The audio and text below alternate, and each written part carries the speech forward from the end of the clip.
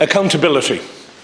That's what we're about in this House, is accountability, and in Dáil Éireann. This last week and the week before, we saw the spectacle of a minister being held to account over election expenses going back to 2016. And people stood on the high moral ground and pointed the finger of accusation. And many of those people have had to climb down off that high moral ground now and explain their own election expenses. My issue here is I couldn't care less what political parties or individuals spend on their election expenses. There is an organisation to oversee that, and that organisation is SIPO. And what we should be talking about is how we empower SIPO to do the job that we expect them to do. We should not be wasting parliamentary time. Ministers, unfortunately, by virtue of the fact that they are members of government, are held to account. But I couldn't be held to account, or any member of the opposition couldn't be held to account on the floor of Parliament, because we are not answerable on the floor of Parliament. Now, I am meeting people all the time who are asking me, have we nothing better to do?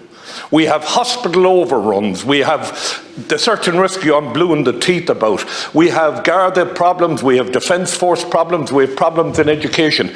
What I think we should be talking about in here, Cathaoirleach, and I would ask the acting leader to consider putting this forward, an amendment to this Ministers and Secretaries Act of 1924, where we start to hold people responsible for decisions that are made. In the country and in the system we live in, if a system goes wrong, the minister gets fired, but the people who advise that minister do not get fired. And I would ask that we spend some time considering how we bring accountability to this Parliament.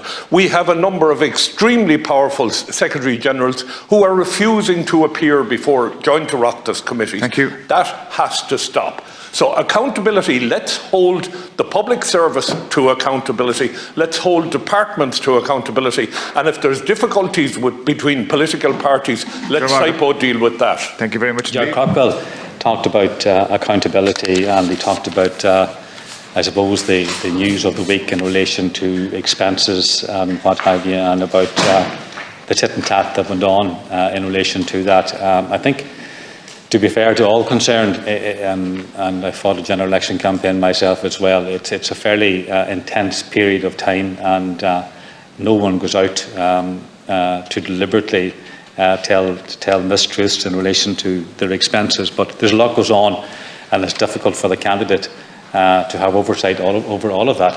And I think we need to give a wee bit of slack to all concerned in relation to that. So I suppose I'm reminded of the old one saying that that without sin cast the first stone in this regard. But I think it's something that we need to allow a wee bit of flexibility. And I know that we have SIPO to do a job, and they're well fit to do that job, and they no doubt will deliberate over all of the goings on of the week, if I can put it like that, and will make their findings known in due course.